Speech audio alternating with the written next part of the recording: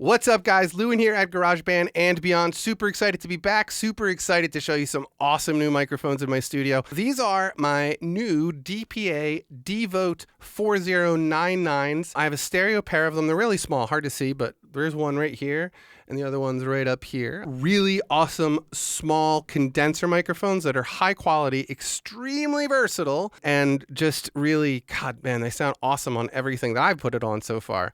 And one of the great things, is they actually do build them as live recording or live performance microphones, but I think they're awesome for the home recording studio. And I'm going to talk about why later, but let's just listen to them right now. So no EQ, no compression. Microphones are going straight into my Focusrite Sapphire Pro 40, recorded on GarageBand, no anything, okay? Straight up microphone tone. Here we go.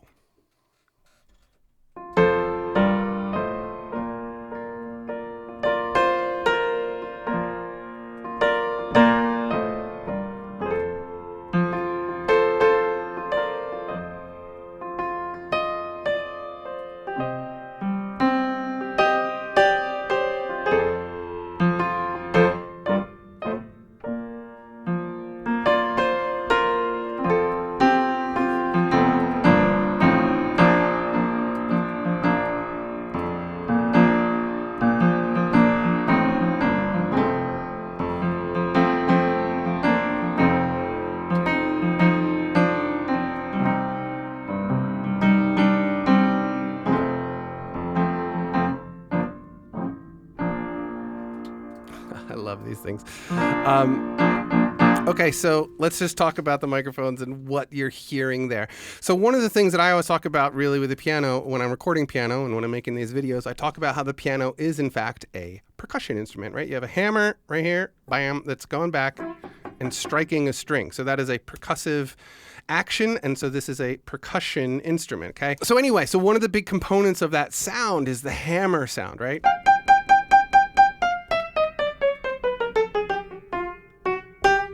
Right?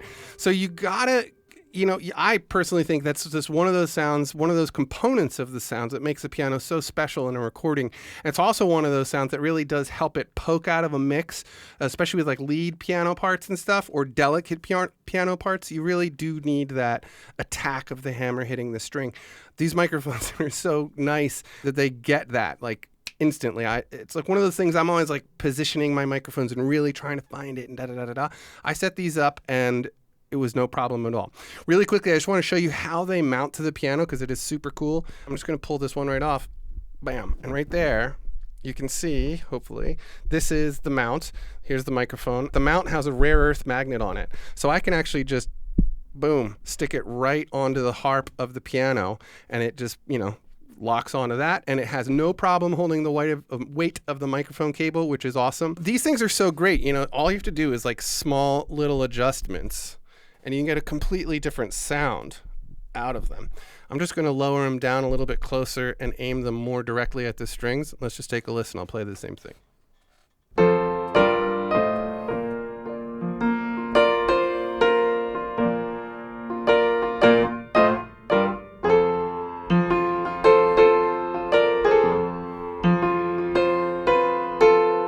Well, I'll play almost the same thing. So you should hear.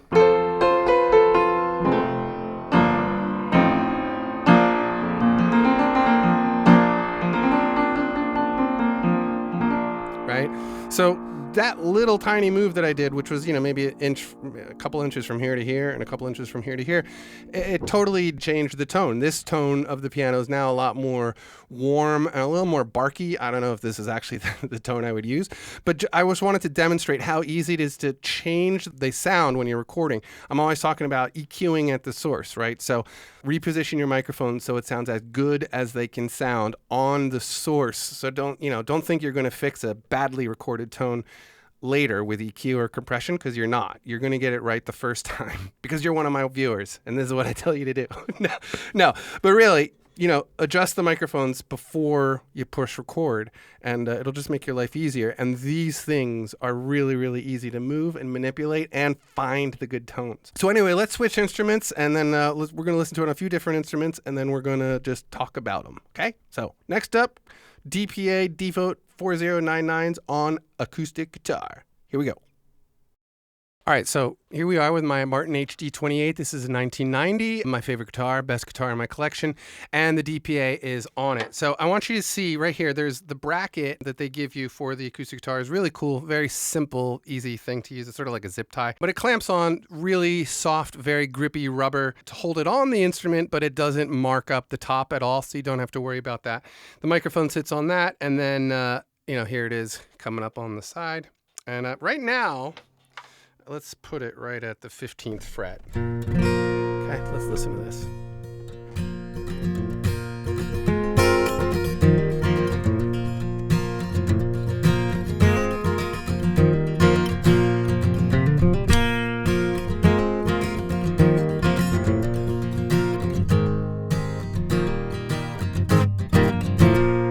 Okay, can you hear how awesome that sounds, you guys? Right? I mean, all the highs are there, all the lows are there. Keep in mind, this is for live performance work. The reason I love this for the home recording studio is this, okay? If you're like me, you're basically working in a small room in an apartment or in a house or something, right? So it's a bedroom and it doesn't sound all that great. One of the things that these microphones do exceptionally well is off-axis rejection. So meaning that anything that's not right in front of the microphone isn't really being picked up at all. So in a live application, that means that you're not going to be dealing with interference from monitors, right? So feedback won't be as bad as other small microphones that go on your guitar. And then also you don't get a lot of bleed through of other microphones or other instruments on the stage rather. You know, if you actually look online, there's a live recording of a Sting song or an album, I think. And I mean, they had pianos and drummers and horns and strings and all this stuff. Every single instrument was recorded with these microphones. And that was one of those videos that like really was like, oh, I got to check those microphones out. I mean, if Sting's guys are using them, then I should know about them. You know what I mean? But so the good thing is that off-axis rejection is good in a room because you're not picking up the room so much, you know? So, and our bedrooms really don't sound that great. They're not like acoustically balanced rooms. So this way you just get the sound of your instrument, which I think is awesome, right? So now let's move the microphone a little bit just so you can hear it. So right now it's pointed dead on the 15th fret, like straight perpendicular to the fretboard, but I'm going to turn it a little bit. I'm going to give it about a 45-degree angle that's now aiming more at the sound hole. Can you hear that?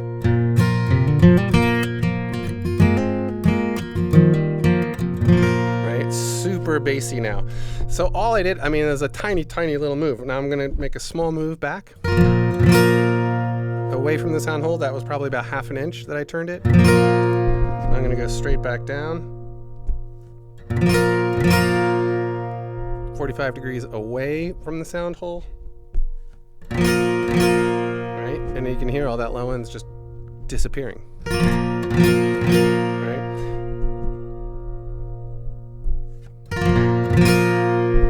Me personally, I think it's like just like a few degrees off of perpendicular to the fretboard away from the sound hole.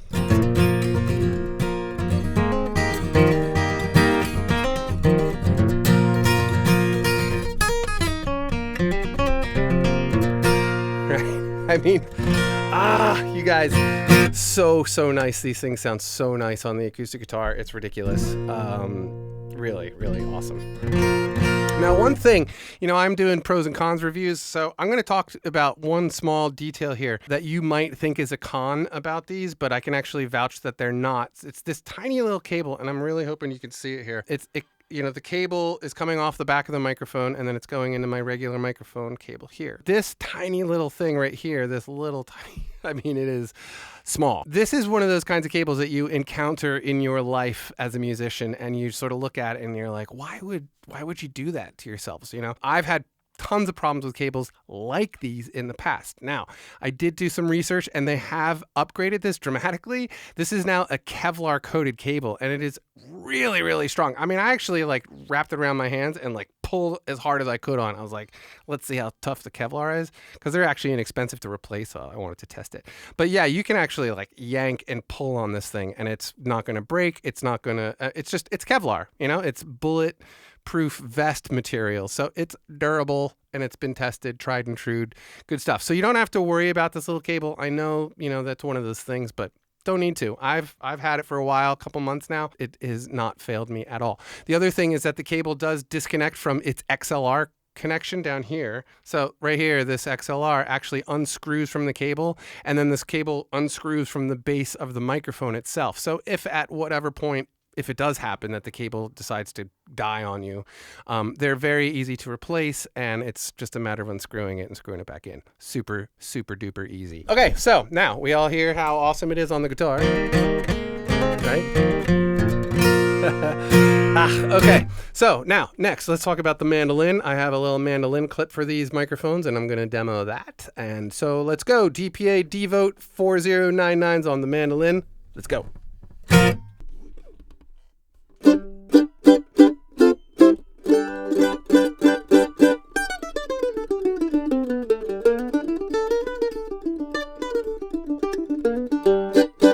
You guys. Okay, so here's my little Hollowback mandolin. Love this thing. It is clamped on. The microphone itself is clamped right here to this side. And if you're a mandolin player, just so you know, I do have a tone guard on here. And the clamp is big enough. It actually is going around the tone guard and gripping to it. But again, it's that super soft, really grippy rubber. So where it does make contact with the top, no marks. Don't worry about that. The microphone itself, the gooseneck's sort of coming along this direction right here. And it is turned, let's say 45, call it 45 degrees, rough estimate there, pointed up at me. So the back of the microphone is actually pointed down. I do that for a couple reasons, mostly so it's not just getting a ton of punch from the instrument itself, but also it helps keep it out of the way. When I first started using this, I did bump it a couple times. So I had to find a position that sounded good and kept it out of my way. And so that's what I did. Hopefully you can see that.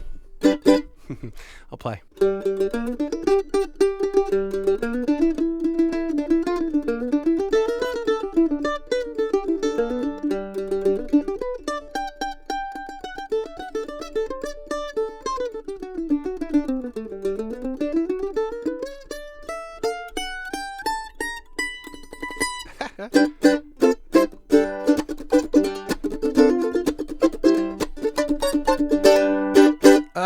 You guys, so let me just tell you, the mandolin is a very difficult instrument to find a good microphone for. There are a lot of tones in it that are just sort of not represented well in a lot of microphones, and this isn't one of those microphones. This is, I keep saying it, it's a very natural sound. I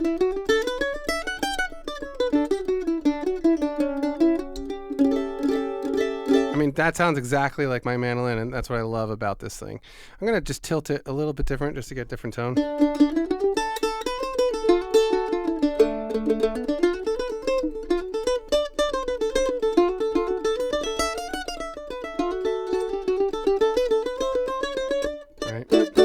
Sounds a little lower sounding, close to the sound holes I can get it, just so you can hear it. There we go.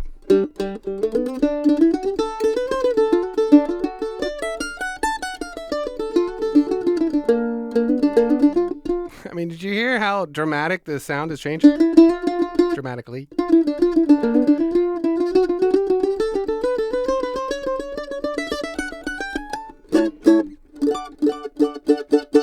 So I gotta tell you, if you are looking for a microphone that's going to do double duty, live work and recording work, you really don't have to look any farther than this thing here. You can buy them individually, you can buy them as a stereo set, but I can totally personally vouch for the DPA Devote 4099s. This is not a paid sponsorship or anything. I buy microphones that I am curious about and that I've done research on, and then if I like them enough, I make reviews for you guys, and that's how my channel works. I just can't tell you how much I'm really looking forward to living with these microphones from now on, because of their versatility, because of the ease of their use, because of the high quality of the construction. It's another thing. They're just really, really, really well built. These are all made in Denmark. None of this is made in China. right? So this is, they have a very high level of quality control at the factory, and that's very obvious to, me for sure. They're not the cheapest microphones in the world, and that's fine. That's not what we're talking about here. We're talking about super versatile and high quality. And it's really, really rare to find anything like that, especially in this price point. I mean, expensive is pretty relative, I guess. And I don't quote prices because I don't know where you are in the world or what year you're going to watch this video. So just look it up. It's the DPA D-Vote 4099. I love them, you guys. Can't stress enough how awesome they are, and it's definitely something that you should be aware of, and definitely something you should check out because they're awesome. As always, I'm gonna be answering questions in the comment section below of this video, and come join us on the Facebook page and on Twitter and all that. We're going to be discussing these microphones a lot in the next couple of weeks. I have another DPA microphone that is just it is I can't wait to talk about that one. But anyway, DPA Microphones, awesome job, you guys. Thank you so much for making a great product. And you guys out there, YouTube viewers, love you guys. Happy days to you, and I hope to see you soon, and talk to you later.